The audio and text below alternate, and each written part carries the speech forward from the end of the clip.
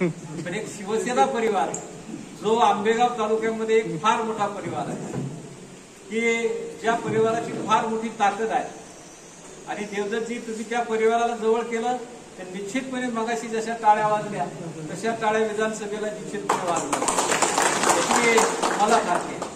जरी मी आता सत्ताधारी पक्षामध्ये असलो तरी आमचा पिंड हा अन्यायाशी लढण्याचा आहे, आमचा पिंड हा प्रस्थापितांशी लढण्याचा आहे आणि तो काय आमचा पिंड तो परिवर्तन झाल्याशिवाय जाणार नाही आणि त्यामुळं त्या परिवर्तनाची नांदी जर तुमच्या रूपाला आंबेगाव तालुक्यामध्ये येणार असेल आणि ती येणारी नांदी निश्चितपणे मी पुन्हा एकदा या ठिकाणी पत्रकार मंडळी आहे शूटिंग घेत आहेत त्यांना सांगतो की तुम्ही हा आपला वैयक्तिक कार्यक्रम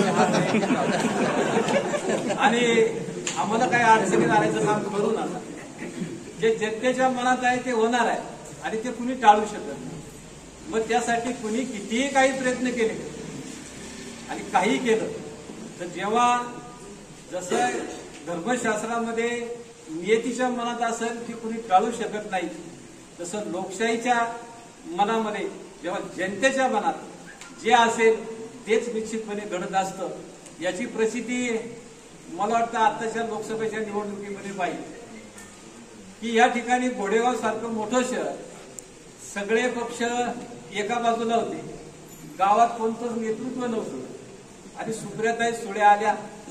मी लाईव्ह फेसबुकवरती पाहत होतो आणि अक्षरशः सुप्रियाताईंबरोबर ती नंदकुमार सोडला तर इतर सगळे कार्यकर्ते दुसऱ्या तिसऱ्या फळीतले होते ज्यांना पुढे यायचं म्हणलं तरी मनात भीती होती, परंतु त्या कार्यकर्त्यांनी सुप्रियाताईंना अख्ख्या घोडेगावमध्ये फिरवलं आणि एक लक्षात येईल अशी मोठी सभा या मंडळींनी घडवून आणली आणि अमोल कोल्हे साहेबांचा विजय या ठिकाणी त्याचा पायाभरणी या ठिकाणी झाली। असंच काहीच आत्ताच्या मागाच्या या अनेक वक्त्यांच्या बोलण्यातून मला देवदत्तजी तुमच्या भवितव्याविषयी या ठिकाणी वाटलं म्हणून मी ते बोललो। पक्षाचा हा इथं काही भाग नाहीये आणि पक्षाला जरी ऐकवलं तरी या गोष्टीत मला पक्ष माफ करेल अशी अपेक्षा मी तुमच्या पुढे या ठिकाणी व्यक्त करतो। हा एक वैयक्तिक कार्यक्रम आहे आणि नंदू सारख्या सागरराव सारख्या एका लढवय्या कार्यकर्त्यांचा हा वाढदिवस आहे त्यामुळं काही नाही म्हटलं तरी एक मनातली उर्मी या लढवय्या कार्यकर्त्यांच्या वाढदिवसाच्या निमित्ताने या ठिकाणी निश्चितपणे आली आणि ती माझ्याकडून परमेश्वराने ओढून घेतली असेल। आता त्याचा परिणाम भविष्यात काही झाला तरी नंदू सारखा आम्ही तो परिणाम भोगायला सुद्धा तयार असतो।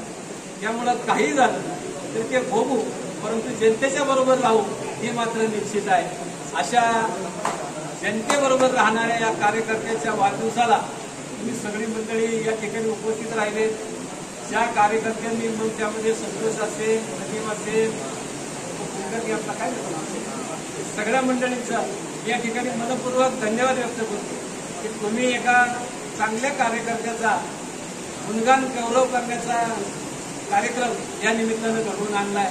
तुम्हाला मनपूर्वक धन्यवाद व्यक्त करतो आणि तुम्हा सर्वांच्या वतीनं नंदकुमारला आणि सागर शेठला दोघांनाही वाढदिवसाच्या खूप खूप शुभेच्छा देतो आणि त्यांच्या पुढील आयुष्यात पुन्हा एकदा श्रेयस्थिती